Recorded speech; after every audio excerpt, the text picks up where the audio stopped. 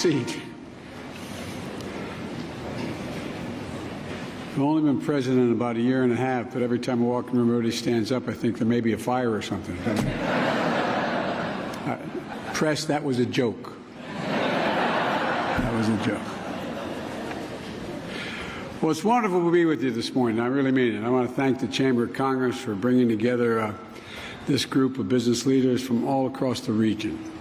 And all of us here in Los Angeles for a simple reason, because we believe in the incredible economic potential of the Americas.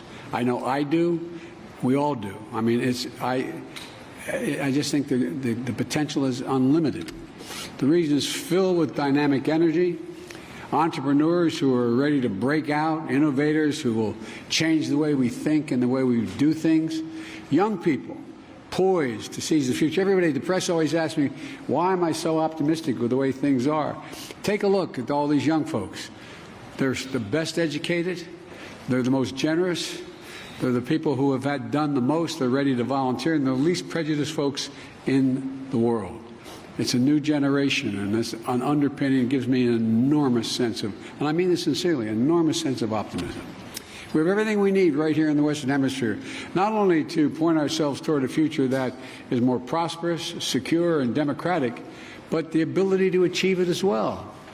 And for all of you, are essential to making sure we get to this place we have to get to. You know, the private sector is able to move quickly, to mobilize vast amounts of investment capital that are going to be needed to unlock the enormous potential for growth in this hemisphere, in the region. And when we combine the ability of government to direct economic activity towards specific challenges, to help mitigate risk, guard against unfair practices, and create predictable demand, with the agility of the private sector, I believe we can deliver real improvement for people's lives. I really believe it. You know, just my wife often reminds me that I had a doctor who a long time ago who was saying when I had an aneurysm, he kept saying, is it congenital or is it environmental? And I said, I don't care. You just get it done. He said, you know what your problem is, Senator? I said, no. He said, you're a congenital optimist. But I am. I'm an American. That's why I'm a congenital optimist. So look, I really mean it. We can do anything. Jobs that pay good wages and respect workers' rights. Communities that come to life around investments. Families that can envision a future with an opportunity, just as my dad would say, just give them a little bit of breathing room, a little bit of breathing room. When that happens, everyone prospers, including all of you, all of you. But to achieve this, we've got to update our recipe, in my view, for economic growth. It's time to put a nail in the coffin, in my view, of trickle-down economics. It doesn't work. It keeps in an increasingly smaller and smaller world. It doesn't work. It keeps yielding the same results, greater inequity, slower growth, less competition, and less innovation. In the past few years, we've exposed the weakness of prioritizing short-term profits and working exclusively to maximize efficiency. We learned firsthand the pain that happens when just-in-time supply chains break down or hit a bottleneck. It's a fundamental difference. And you all felt it as well. The COVID-19 pandemic triggered a global economic crisis that we're still digging out of. And now Putin's brutal, unprovoked war in Ukraine has created economic disruptions that are affecting the entire globe. And that's not hyperbole. And these won't be the only shocks we're going to have to navigate. Climate change is increasing the pace and intensity of natural disasters. I leave from here on my way back east. I'm going to be stopping in New Mexico. They've had an incredible impact on their environment of late. Rising inequity and food insecurity around the world can fuel political instability. You all know that. And the question is not if we face another pandemic, it's when we face it, and are we going to be prepared this time? So the economy of the future will increasingly belong to those who place a premium on resilience and reliability, who invest in innovation over the long term and strengthen systems and supply chains now and mitigate the impact of future shocks before they hit. Each of us, the government and the private sector, have a critical role to play. That's why I'm focused on driving economic policies that grow our economy from the bottom up and the middle out. Because quite frankly, when that works, everybody does well. And the wealthy do very, very well. No one gets hurt. No one gets hurt. For example, here in the United States, we're making a generational investment in our infrastructure. We used to be #1 in the world when I first came to the United States Congress. Now we're number 13 in the world. 13. I don't have to tell business people what that means in terms of economic growth. But we're fixing that. That's going to be the benefit to the entire region. We're investing $1.2 trillion bipartisanly to upgrade our infrastructure, to fix crumbling roads and bridges and ports, airports all across the country. That's going to help you get goods to market faster while creating good-paying union jobs. And I know a lot of you don't like my saying union, but union jobs to support working families, because that's what's happening. Everyone benefits. Everybody wins when that occurs. And the return on our investment is going to strengthen U.S. competitiveness throughout the 21st century. You know, this is the same approach we're taking across America's Partnership for Economic Prosperity. Many of the countries in our region qualify as middle-income countries. But that label doesn't remove the persistent structural challenges that run in deep inequity. Middle income means you don't get the benefit of a lot of opportunities. So we can change that. Help governments make life better, easier, and fairer for the peoples by using hemispheric multinational financial institutions to modernize and mobilize greater levels of private investment and create good-paying jobs.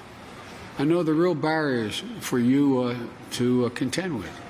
That's why we want to work with you to level the playing field. As I said last night, the United States is prepared to put new capital in the Inter-American Development Bank's private sector lending arm, the IDB Invest, to help catalyze the flow of private capital into the region, especially to support startups, digital connectivity, and renewable energy and health. For example, we need to make it easier for countries in Latin America and the Caribbean to develop their 5G infrastructure without having to choose between investing in their digital future or renewable energy structure. To be able to do both, we need to unlock the financing so both can be done at the same time.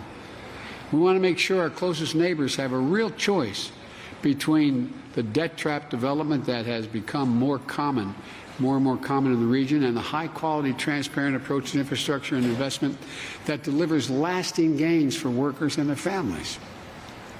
And by working through the U.S. International Development Finance Corporation to lower the risk around these kinds of investments, support policy reforms, and improve investment and climate in countries. Excuse me, the investment climate, the climate of investment in these countries. And level the playing field. We're going to open up new areas of private sector investors that are not only economically viable, but are highly desirable. You know, over the course of this summit, the governments are coming together to make significant concrete commitments across a range of issues vital to achieving sustainable and equitable growth throughout the region.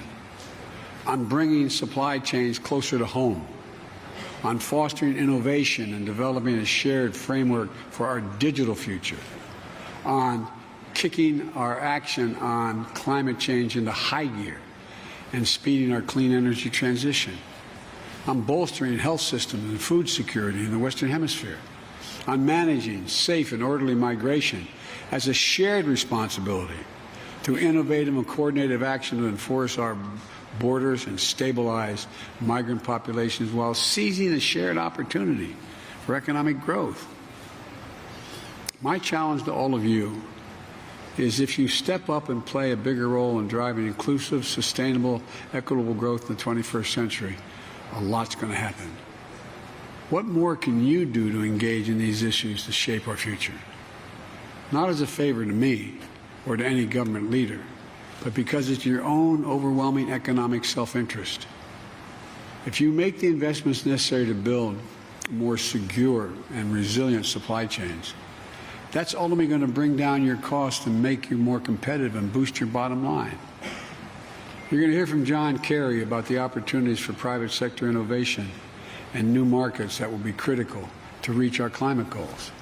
Yesterday, Vice President Harris spoke about the $3.2 billion mobilized by our call to action efforts in Central America, including from several companies in this room, to bring quality economic opportunity to the region.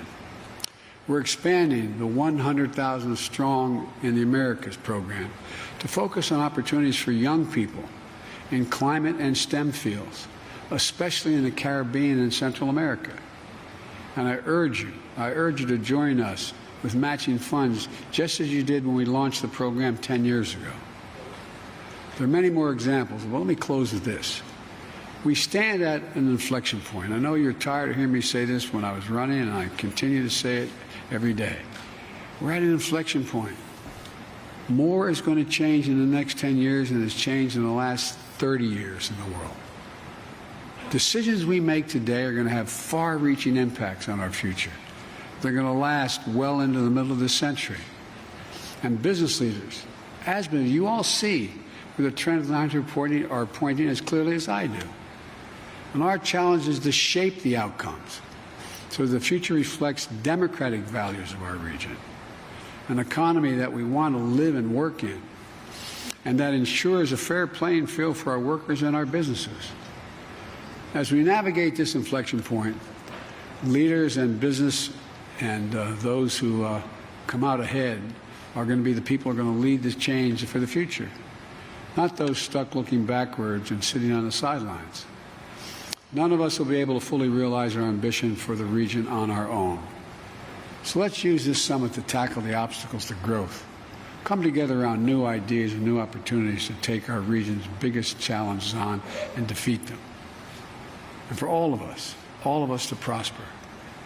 I really believe there is nothing we're unable to do, and I think we're primed. We're primed. And I'll close with this, and I'm going to say a little later at the general session. I find no reason why the Western Hemisphere, over the next 10 years, does not develop into the most democratic hemisphere in the world, most democratic region in the entire world. We have everything. We have the people, we have the resources, and we have more democracies in this hemisphere than any other hemisphere. So there's a lot we can do, but a lot of it matters on the private enterprise side of the equation. You all are the font of enormous ideas and opportunities. So I want to thank you all, and I look forward to working with you. And every time I walk out of my Grandpa Finnegan's house, he said, "Joey, keep the faith." And my grandmother, "No, Joey, spread it. Spread the faith." Thank you. Appreciate it.